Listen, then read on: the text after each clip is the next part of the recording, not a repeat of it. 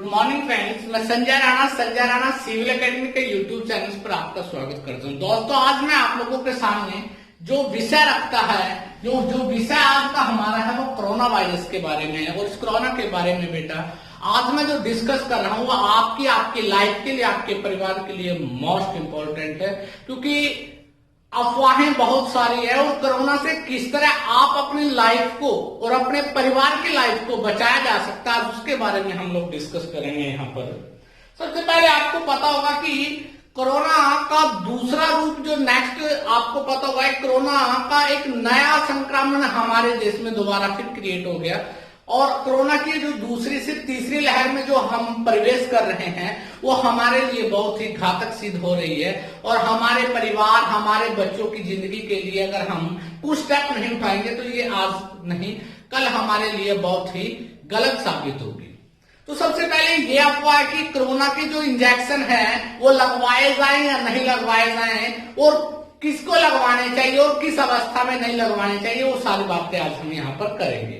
दूसरी बात, कोरोना के लिए आज हमारे पास 3 तरह के इंजेक्शन हैं। पहला इंजेक्शन है, इसका इंजेक्शन का नाम है कोविशील्ड। ये जो कोविशील्ड इंजेक्शन है ये सेंट्रल गवर्नमेंट को जो दिया जाता है, कंपनी को, जो कंपनी सेंट्रल गवर्नमेंट को प्रोवाइड करवाती है उसकी कॉस्ट है 150 रुपए, और जब स्टेट गवर्नमेंट को प्रोवाइड करवाती है तो उसकी कॉस्ट है 300 रुपए। और आप में से कोई भी प्राइवेट हॉस्पिटल, प्राइवेट डॉक्टर या कोई भी प्राइवेट आदमी कंपनी से डायरेक्ट परचेज कर सकता है। प्राइवेट के लिए इसकी कॉस्ट है 600 रुपीज, 600 रुपए। परंतु हरियाणा में गवर्नमेंट इसको बड़ी फ्री ऑफ कॉस्ट प्रोवाइड करवा जा रहे हैं। अब तक अगर हम बात करें कि अब तक सेंट्रल गवर्नमेंट के द्वारा फ्री में इंजेक्शन दिया जाता था 45 प्लस की जो एज है, जो 45 या 45 साल से ऊपर की एज के व्यक्ति हैं, उनको ये 45 प्लस की एज को फ्री इंजेक्शन दिया जाता था। अब सेंट्रल गवर्नमेंट ने स्टेट गवर्नमेंट को बोला है कि आप लोग 18 से 44 वर्ष, अगर हम भारत की बात करें 18 से 44 वर्ष में 80 करोड़ व्यक्ति हैं भारत में। तो अब देखिए 80 करोड़ को इंजेक्शन लगना है 18 से 44 वर्ष, कब से? 1 मई से। बहुत सारे व्यक्ति ये कह देते हैं कि इसके साइड इफेक्ट हैं। क्या इंजेक्शन लगने के बाद भी कोरोना ठीक होगा, या कोरोना नहीं आएगा, या कोरोना का कितना इफेक्ट होगा, उसके बारे में सबसे पहले तो मैं आपको क्लियर कर देता हूं कि इंजेक्शन आपकी इम्यूनिटी पावर को इंक्रीज करता है। और ये जो इंजेक्शन है ये कोरोना की रोकथाम के लिए इसलिए बनाया गया है कि अगर बाई चांस आपको कल कोरोना हो भी जाए, आप उसको आसानी से कवर कर सकते हो। उसके ज्यादा जो बैड इफेक्ट है आपके लंग्स के ऊपर वो नहीं होंगे, और आप उसको उस बीमारी से आसानी से बाहर निकाला जा सकता है आपको, और बड़ी आसानी से आप उससे फाइट कर सकते हो। दूसरी बात, कुछ व्यक्ति इस बारे में भी अफवाह करते हैं कि इंजेक्शन लगवाने के कारण हम लोगों को कुछ साइड इफेक्ट हो जाते हैं, कुछ हल्का सा बुखार, हल्की सी कोई खारिश। हर व्यक्ति को 18 से जो 44 वर्ष की आयु के हर व्यक्ति को ये रजिस्ट्रेशन जल्दी से जल्दी करवाना चाहिए। इसके साइड इफेक्ट बहुत कम है, अगर इसके बैड इफेक्ट देखोगे बीमारी के वो बहुत ज्यादा है एज कंपेयर टू। दूसरी बात, अब कोरोना को हराने के लिए आपके पास 3 वैक्सीन है। पहली तो कोविशील्ड है जिसका प्राइस ये है, अगर कोई प्राइवेट लगवाना चाहता है तो 600 रुपए में मिल जाती है। और इसका जो इफेक्टिवनेस है 81% बताया गया है अब तक की रिसर्च में, और लगभग 80 प्लस कंट्री इसको अभी यूज कर रहे हैं। दूसरी वैक्सीन का नाम है कोवैक्सीन। ये जो कोवैक्सीन है ये भी, इसका जो है ना सेंट्रल गवर्नमेंट को जो मिलती है कंपनी में से ये 150 रुपए में, और जो स्टेट गवर्नमेंट है, स्टेट गवर्नमेंट को ये प्रोवाइड की जाती है कितने रुपए में? 300 रुपए में। अगर कोई प्राइवेट व्यक्ति इसको लेना चाहता है, यूज करना चाहता है, 300 नहीं 400 रुपए में, ठीक है। अगर कोई प्राइवेट कंपनी या प्राइवेट व्यक्ति इसको प्राइवेट हॉस्पिटल परचेज करता है तो उसके लिए इसका प्राइस है 1200 रुपए। ये केवल इंडिया में ही यूज होती है और किसी अन्य कंट्री में नहीं है, परंतु इसका रिकवरी रेट भी कितना है, 78% इफेक्टिव है।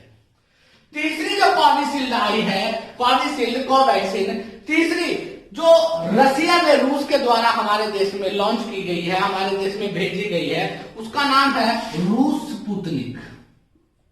रूस स्पुतनिक, रूस स्पुतनिक के नाम से ये है। इसका रिजल्ट बहुत अच्छा है, ये 80 की बजाय 90% इफेक्टिव है, 90% इफेक्टिव है। और मैं बता देता हूं, खासकर हरियाणा, आज की अपडेट बता रहा हूं, हरियाणा में जो संक्रमण रेट है वो बहुत ज्यादा इंक्रीज हो गया। आज गोवा के बाद हरियाणा एक ऐसा राज्य हो गया जहां में कोरोना की जो बेटा संक्रमण रेट है, जो इंक्रीमेंट रेट है, वो 36.2% हो गई। लगभग हर तीसरा व्यक्ति आज संक्रमण से ग्रसित है। ये बात अलग है कि कुछ लोग मानते हैं उसको, कुछ लोग नहीं मानते, कुछ लोग घर पे ही कवर कर सकते हैं उसको, कोई ऐसी बड़ी बात नहीं है। तीसरी बात, आज हम जिस कोरोना के दौर से गुजर रहे हैं, अब यहाँ पर कुछ बच्चे जो स्टडी से रिलेटेड है, मैं स्टडी से रिलेटेड भी बात करता हूं। ये जो वर्ड लिखो B11671, ये क्या है? ये कोरोना का नया नाम है, ये कोरोना का नया नाम है। आपने साइंस वाले बच्चों को पता होगा कि डबल म्यूटेशन एक वर्ड होता है। डबल म्यूटेशन का कारण क्या होता है, आज तक इसके बारे में वैज्ञानिक समझ नहीं पाए, परंतु डबल म्यूटेशन जो है उसका मतलब है कि आज के समय में संक्रमण का एक और रूप आ गया है, जिसका नाम क्या है बेटा, B11671 और इसमें दो म्यूटेशन जांचे गए हैं। एक तो है E484Q और L425R। ये दो संक्रमण नए जांचे गए हैं जो डायरेक्ट आपके लंग्स पे आक्रमण करते हैं। आपसे क्वेश्चन में पूछा जा सकता है B11671 या फिर B1111672, B11673, ये किसके नाम है? ये कोरोना के जो नया वायरस आया है कोरोना का, उसका नाम क्या रखा गया है, B11611। या 1 आ जाए, 2 आ जाए, 3 आ जाए, कुछ भी आ जाए, तो ये किससे रिलेटेड है हमारा, ये हमारा कोरोना से रिलेटेड क्वेश्चन बन जाता है यहाँ पर कि ये।